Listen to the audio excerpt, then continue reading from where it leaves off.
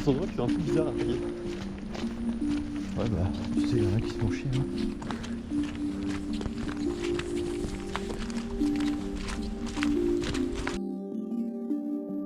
Bonjour à tous et bienvenue dans cette nouvelle exploration. Cette vidéo achève notre voyage de 5 jours à la découverte de la France abandonnée. Dans celle-ci, nous vous emmenons dans les traces et l'histoire d'un ancien sanatorium, d'un château et d'une étrange maison.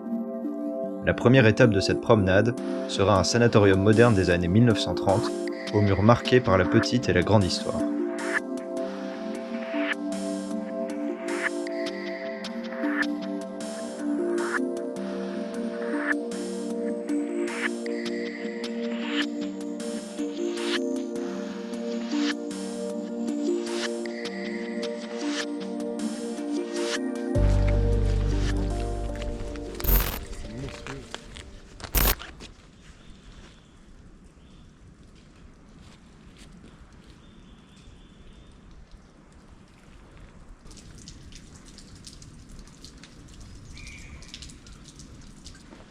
Donc ici on est dans un ancien sanatorium. Un sanatorium c'est un lieu qui servait un peu d'ancêtre aux hôpitaux. C'est-à-dire qu'avant ici, on soignait les malades. Pas exactement de la façon dont on les soigne dans les hôpitaux aujourd'hui. Dans un sanatorium, le principe, c'est souvent que c'était un lieu à l'écart de la population, isolé, et souvent en forêt ou en montagne, là où l'air était plus pur. Ça permettait aux gens de se reposer simplement. C'est comme ça qu'on les soignait. On les appelait les convalescents, pas spécialement des malades. Et l'avantage aussi d'être à l'écart de la population, c'est que dans le cas de maladies infectieuses comme la peste par exemple, ou le choléra, peu importe, les grandes épidémies qu'on pouvait trouver à l'époque des sanatoriums, et ben, c'est aussi une solution qu'on donnait à ce problème-là. C'est-à-dire que à l'écart des populations, les malades représentaient un danger bien moindre et limitaient le risque de transmettre l'épidémie. Donc ça servait aussi de zone de quarantaine.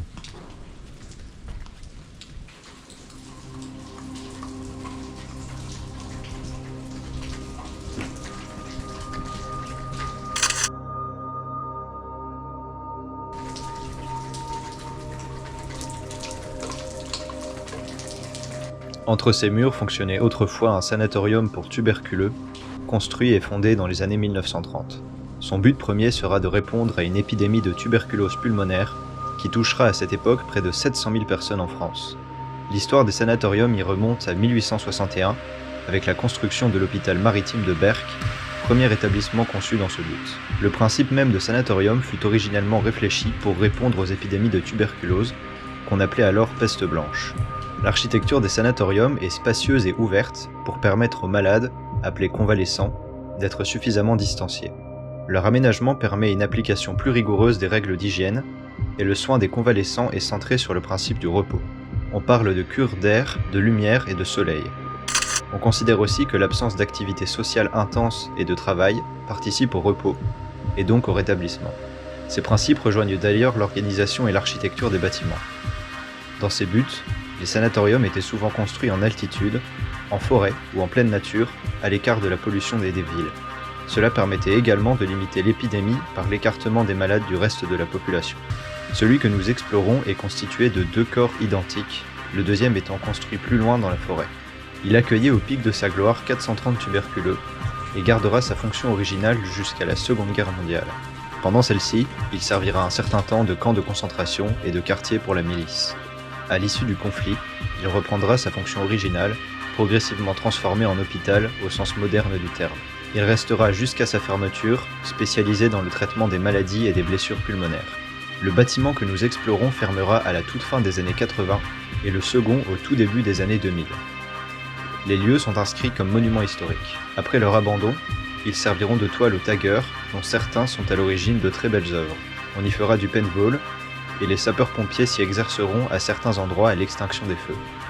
La maçonnerie, prouvant son excellente qualité de construction, n'a jamais cédé à ces contraintes. Aujourd'hui, on parle pour les 2 bâtiments de nombreux projets immobiliers en concurrence.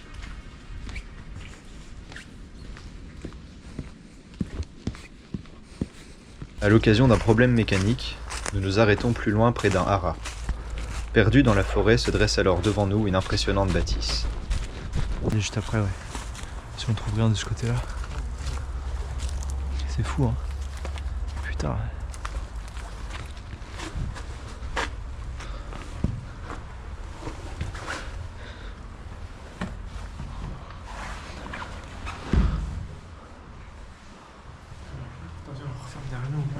Ouais, c'est vrai.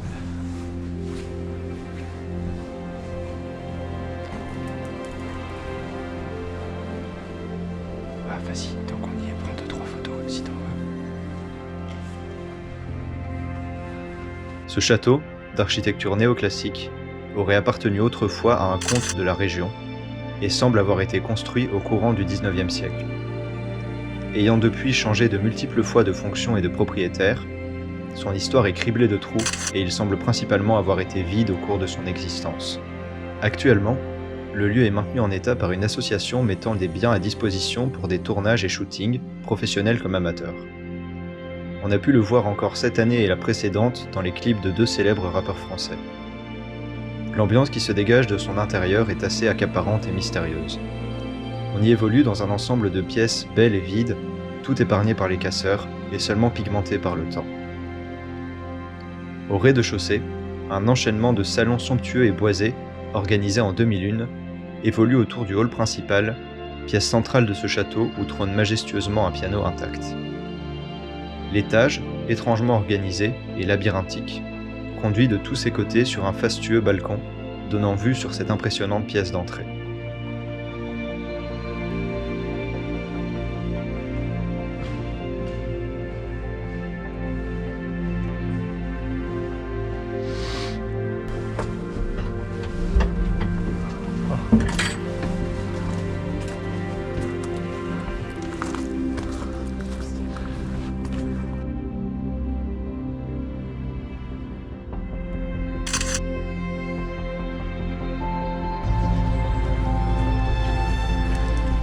Ouais, c'est vrai.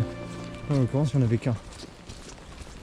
À l'issue de cette exploration, nous prenons la route vers le dernier spot de notre Putain, c'est voyage. On dirait Un petit manoir, hameau abandonné. lui aussi perdu au milieu de la forêt et aux aires de vieux châteaux forts.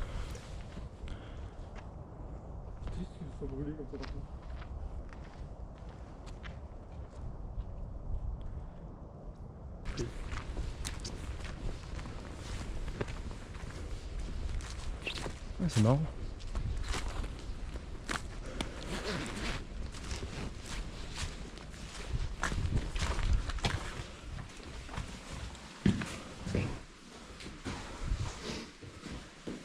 Pour le coup, il sera en moins bon état que les autres d'aujourd'hui, je pense.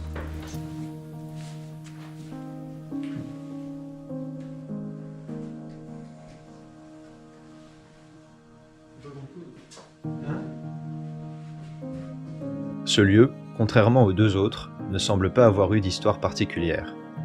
Toute notre compréhension de celui-ci a donc dû se construire sur ce que nous trouvions sur place. L'endroit est très reculé, perdu dans un bois, et à quelques kilomètres de l'habitation la plus proche. L'ambiance est porteuse d'imagination et d'histoires fantomatiques. Un bon indicateur de l'éloignement du lieu est aussi l'absence de réseau, malgré sa localisation sur une colline. Les chemins amenant à son alentour, très peu nombreux, semblent tous depuis longtemps abandonnés.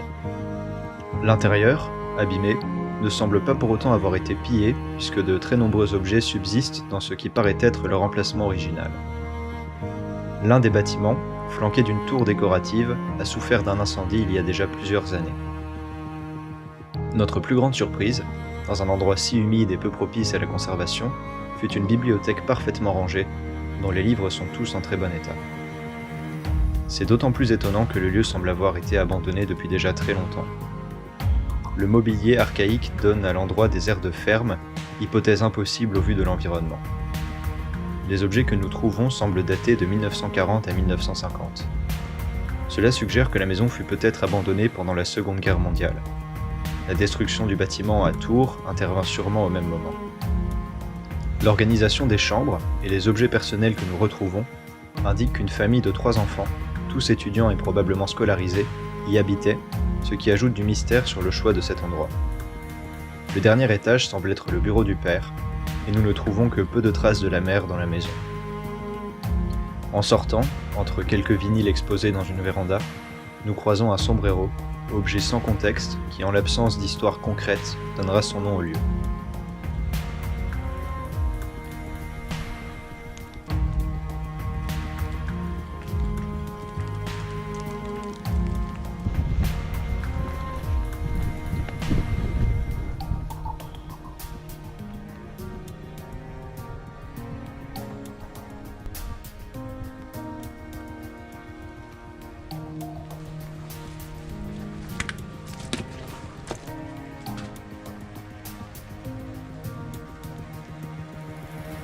Il est mort.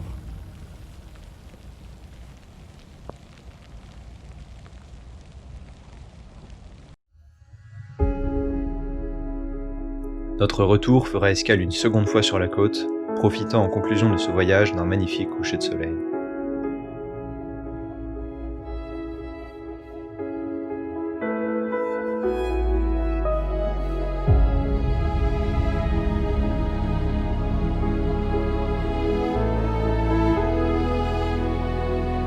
La série de vidéos tournées lors de ce premier voyage filmé en France s'achève. Merci de l'avoir suivi jusqu'au bout et à bientôt pour de nouvelles explorations.